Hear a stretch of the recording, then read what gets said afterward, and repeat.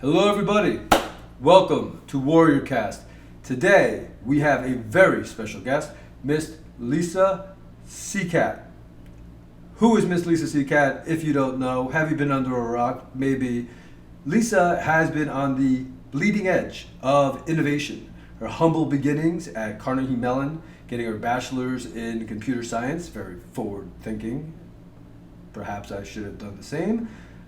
But I didn't, so I went into business and here we are. Anyway, her next step, Austin, Texas, got her master's and not a shabby school. And after that, IBM. What did she do at IBM?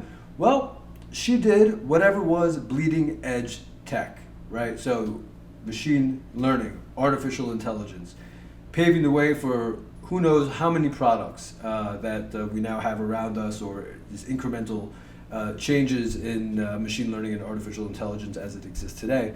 And well, she then moved on and moved to the Web3 space, and that's why we're so excited.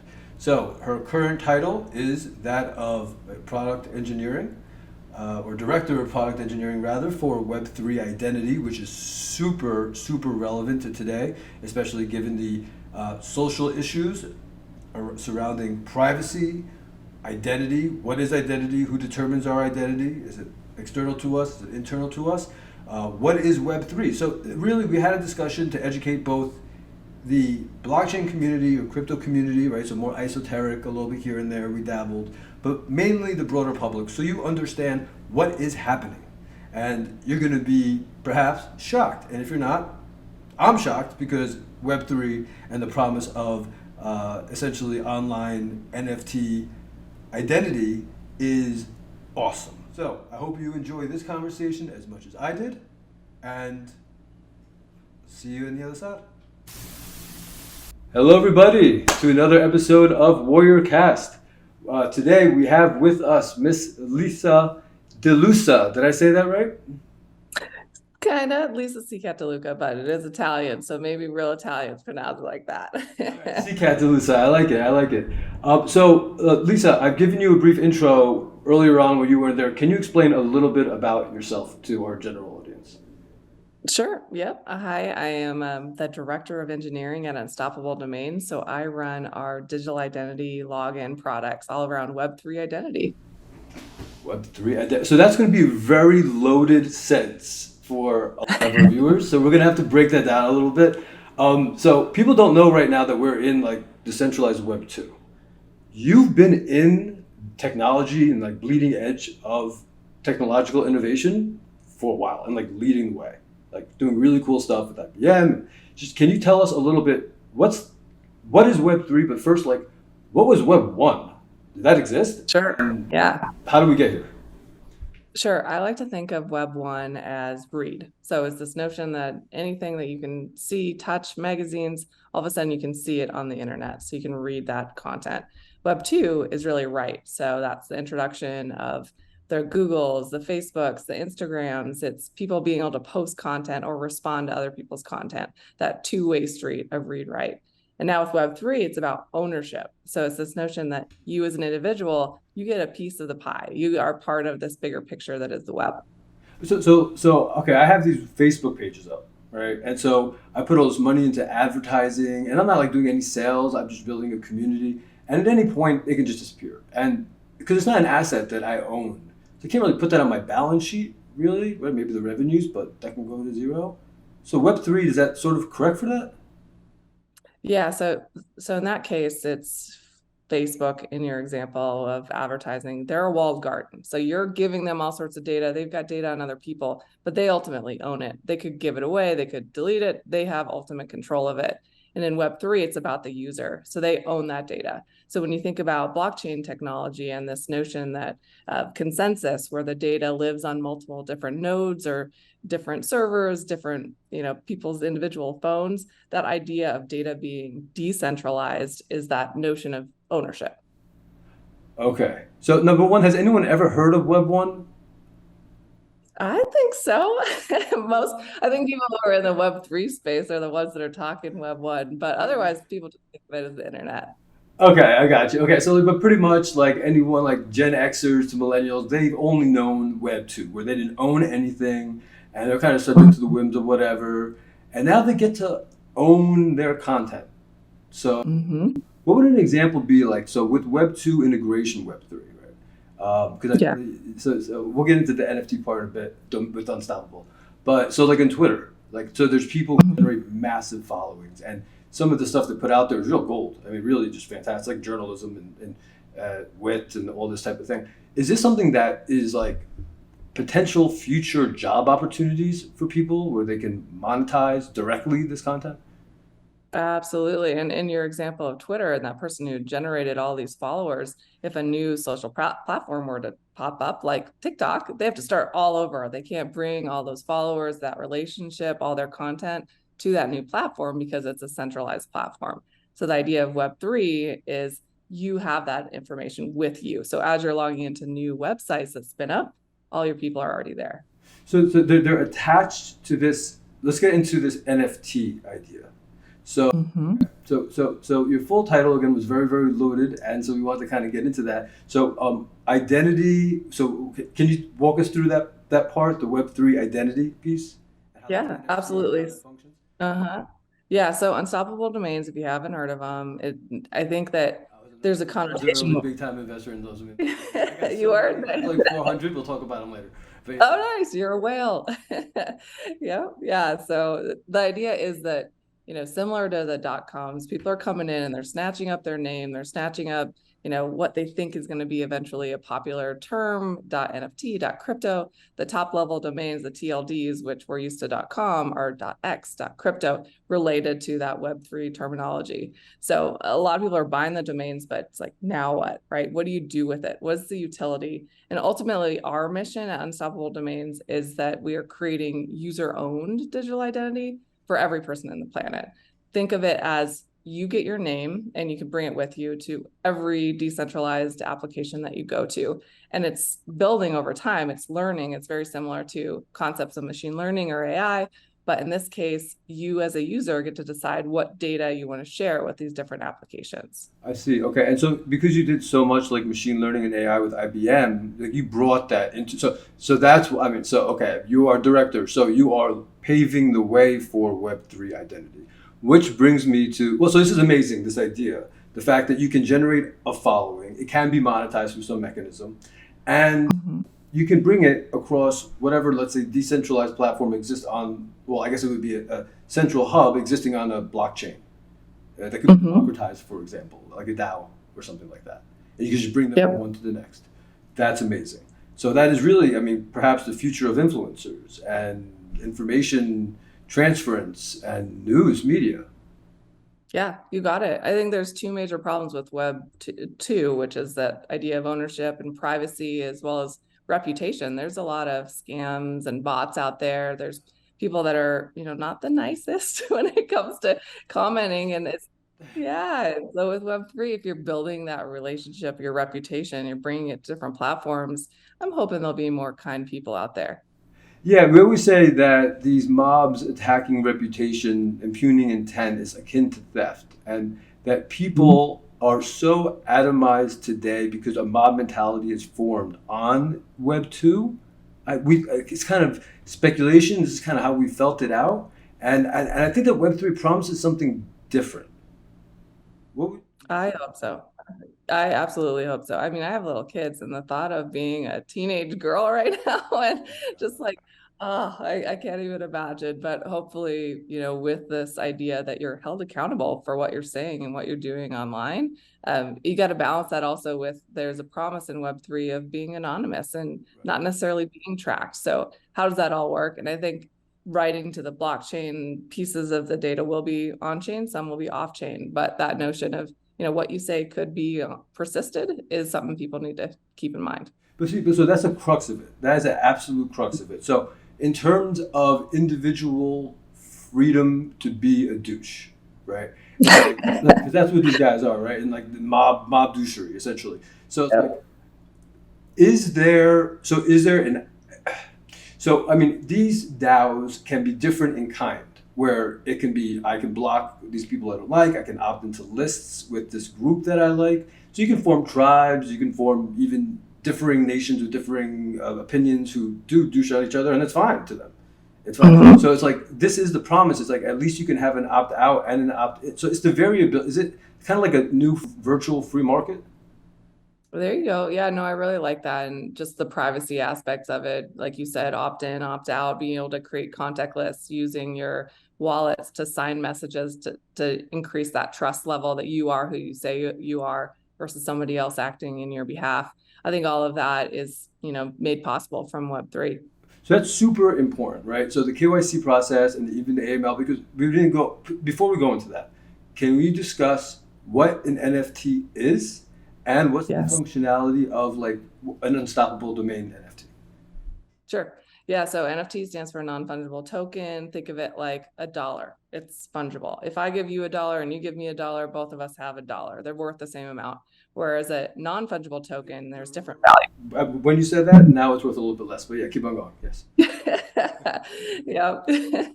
But if you think of non-fungible tokens, it's the idea that even something that's similar, like a playing card, depending on all the other attributes associated with it, the quality, everything else about that playing card, they might have different values. So with unstoppable domains, the non-fungible token aspect of it is your digital identity. It's like, I'm Lisa.x. Nobody else can have Lisa.x. There's only one of them. I can transfer it. I can sell it if I want to, but ultimately there's only one Lisa.x. So what if you transfer it to John Doe? Mm-hmm. He's running around the metaverse pretending to be Lisa X and appealing to your audience. What happens then in terms of legal, like tender, recourse, or limitation? Is there a limit? I mean, will there be? Are these decisions we're going to have to make through like some representative governance about how decentralized media is run? Like, how does that work? Yeah, so everything's on the blockchain. So if I were to transfer Lisa.x to John Doe, there would be a record of that transfer. So there's a point in time where people could say, we don't necessarily trust that this is Lisa anymore, even though it's her name. So I don't see the use case too high of people actually transferring their names to somebody else.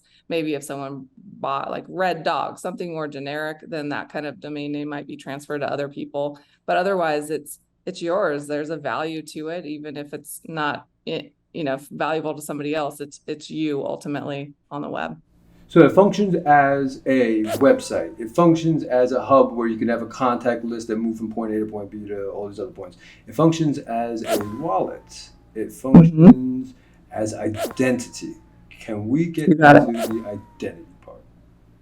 Yes, absolutely. And just stepping back a little bit, when Web 1 first started, it was all about IP addresses. So you'd have these long numbers that you had to resolve in your browser in order to get the content from the website. Similarly, with crypto, we have really long crypto addresses, 0.0x, blah, blah, blah, blah. And so the idea behind the unstoppable domain initially was, how do we simplify that? Let's make it so that we know when we're sending money to Michael, it's Michael.x. It's not some really long, easy to make a mistake, human issues with sending that money. So that's ultimately how it started. So that's okay. So I tried to get Michael.x. It was so expensive. There's a lot of Michaels apparently. I mean, who would have knew? But yeah, no. I got some really really cool ones. But there's more to identity than that, right? So I mean, really, when you talk about build, so I mean, you're pioneering almost, I mean, an abstraction of our personhood right now, and so I mean the depth, and we can't go into it because we'll go into it forever to really do a deep dive. But let's do like a superficial dive enough to hit the hot points. When you say building Web3 identity, can you describe that? Maybe the layers from the substrate to the most superficial? Yeah, sure. Identity is not a new concept. It's been around forever. People create profiles and build on those profiles. It's that concept. But now the data that you're building, that you're filling out about yourself can either live on chain or off chain, and it could be a reflection of your transactions or the things that you do on chain. So some stuff might live in a regular database, maybe your address, for example, or your phone number, something that you don't necessarily want to have on the blockchain. And then other pieces of data, like whether or not you bought an NFT or transferred an NFT, you're part of some community, your different, crypto exchanges, what you've transferred between people, that's your on-chain data. And you can pull that in as part of your data, your identity as well. And so now when you log into a site, what we're doing is thinking of the identity as, really that promise of Web3 that you own your identity and you get to decide what data points you're going to share with other people. So when you log into an application, now they get a head start. They know more about you. They can personalize your experience on their website or application based on what you've done or who you are. Interesting. Okay, so for example, if I'm someone that's highly reputable because I've achieved something meaningful, and they want to, let's say they had a mentor mentee, and then they're putting you through a filtration process, then you would just be kind of bifurcated and you'd be positioned that way. So that's cool. Like, can you take us down that rabbit hole just a little bit more? Like, how else would that look like? Yeah, it also removes scammers and people who are, more fraudulent in nature. Think of a Web2 company like Wayfair. They give a 20% off coupon when you move to a new address. And people can abuse that system and you reuse the 20% off, even though they've lived in their house for a while. So if you were to use that on-chain activity or a way to do that one-to-one reward because you've gone through, as you hinted at, KYC or some simple humanity check, that side of things to guarantee a one-to-one opens up a lot of doors of equality, right? Giving people the same chance at whatever it is that reward is. Absolutely. So, I mean, really, it's your good works travels with you. However, because you said there's an off-chain opt on certain things, it's sort of, you can kind of curate them in a way. What you want to do. Yeah, absolutely. Yeah, and I think it's going to be like that for a while, right? There's decentralized, this notion that some data doesn't live in a central website, like you don't want the walled gardens of Web2, but at the same time, it's like what data, it can be expensive. Yes, it depends on what blockchain you're writing to, but some data is like too expensive to write to the blockchain, even if it's only a couple cents every time you're changing that data, something that's constantly being updated, it's probably not valuable to have on the chain. Okay, so I just realized, most people don't know what blockchain is. Can you just give us like a 2 to 3 sentence? What's a blockchain? And also, when you say expense, I mean, does expense vary across blockchain? Yep, it does depend on the blockchain. So some like layer ones are typically more expensive than like a layer 2 blockchain. We mint on Polygon, which is just a few cents to write to the blockchain. Yes, I love it. I'm gonna ask you to help me out, move my domain to cold storage. But yeah. Nice. Yeah, but think of the blockchain as like a linked list. So you write something and it points to the next reference of the next block in the chain, and you want to form a consensus. So you've got these decentralized nodes all over the place, and you want to get over 50% of them having the same knowledge. And that's when something becomes, that source of truth.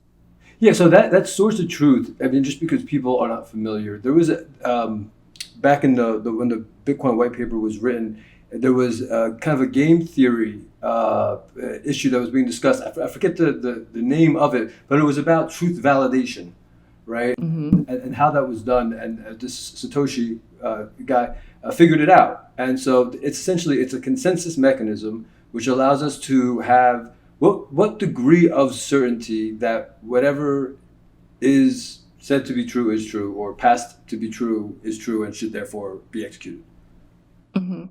Yeah.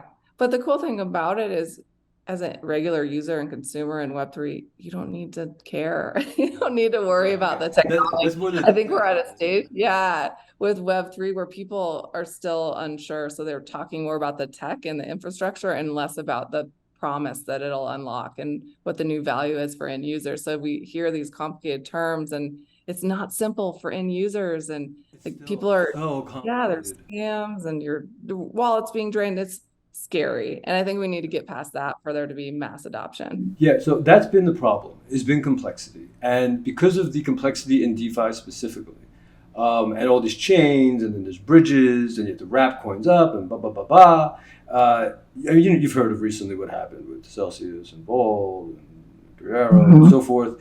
And so, I mean, we're actually formed around alleviating the issue around Celsius because it's like, I don't know, they say claim 1.7, it could be like 330 million people, 330,000 rather. So who knows? But it's too many people, regardless. And they were driven to these platforms because it's simplified, complex. I mean, cryptosphere is complex enough, but then go ahead and it makes sense. You want to get yield, and then you go to a place that simplifies the heck out of it, and it's super pretty, and they all went there, and then poof, they went away. So I mean, is this a problem that the, let's say, like the crypto community is going to be faced with, like just indefinitely, or like do you see a change linked to this identity NFTs, for example, like people who have some degree of accountability as to maybe what they're doing in DeFi to try to cause a cascading liquidation or something?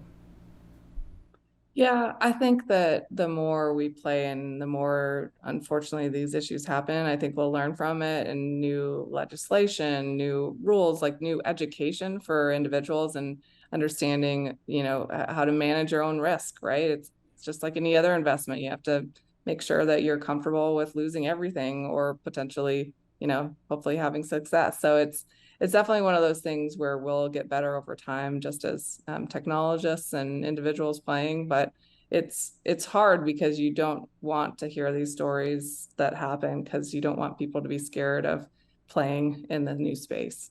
Well, and that's why cold storage is so important, and that's why innovation is so important. And to simplify this complexity is sort of our job. I feel like that's what you've done throughout your life is to make it consumer friendly, consumer facing.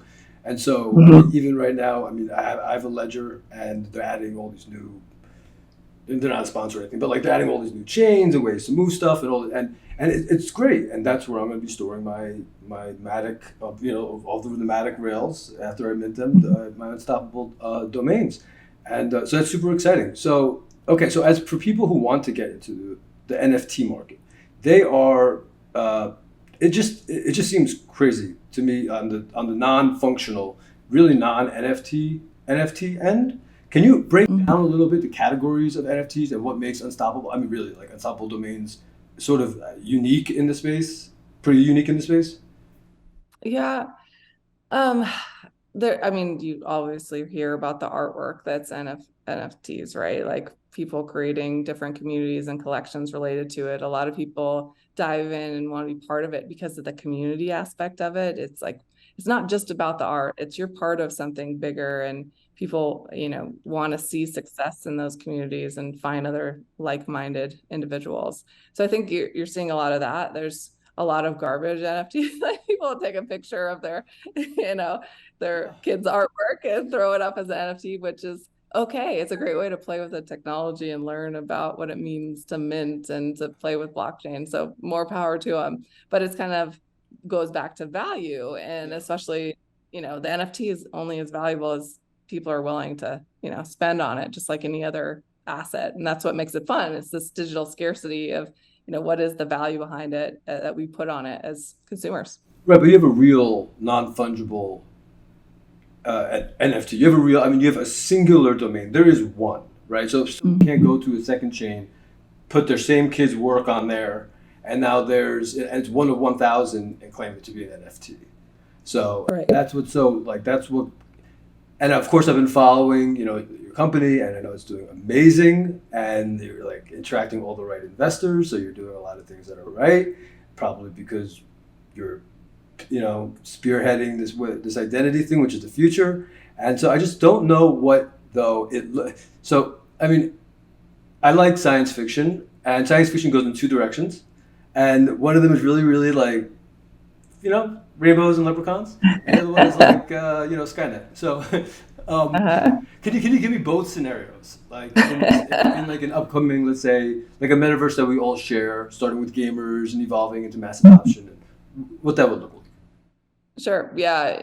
Right now, a lot of the use cases we're seeing are around DeFi, where people want to have their same name across multiple DeFi platforms and start to build that reputation of who they are and their trust across different platforms. We're also seeing like gaming, GameFi, and MetaVerse use cases where people want their avatars to be that digital identity and kind of grow which NFTs are on-chain activities associated with their identity. So we're seeing a lot of that. I think the ultimate vision would be something like Ready Player One. I love that way, just kind of connecting into this bigger world where everyone can be anyone they want to be, right? And you start collecting and building and getting that digital scarcity that comes with Web3. But at the same time, just like the movie, it's like ultimately it's about real life experiences and making life simpler and evening the playing field. I think Web3 opens up the doors to removing the middleman, right? And with the middleman comes biases. Yeah. So how do you remove bias and let us all have the equal life? I think that's fantastic. It's an amazing mission, and I think you guys are following through on your mission. And I love seeing actualization on claims, which I don't often see. And clearly, capital inflows shows that there's been a lot of productive output. I'm sure you've been a big part of that, so congratulations on that. Okay, so a few questions that just I have to ask because this is going to go out to also people into crypto and stuff like that, right? So the broader public and crypto. So real quick, 6 quick questions, yes or no, or like 1 or 2 word answers.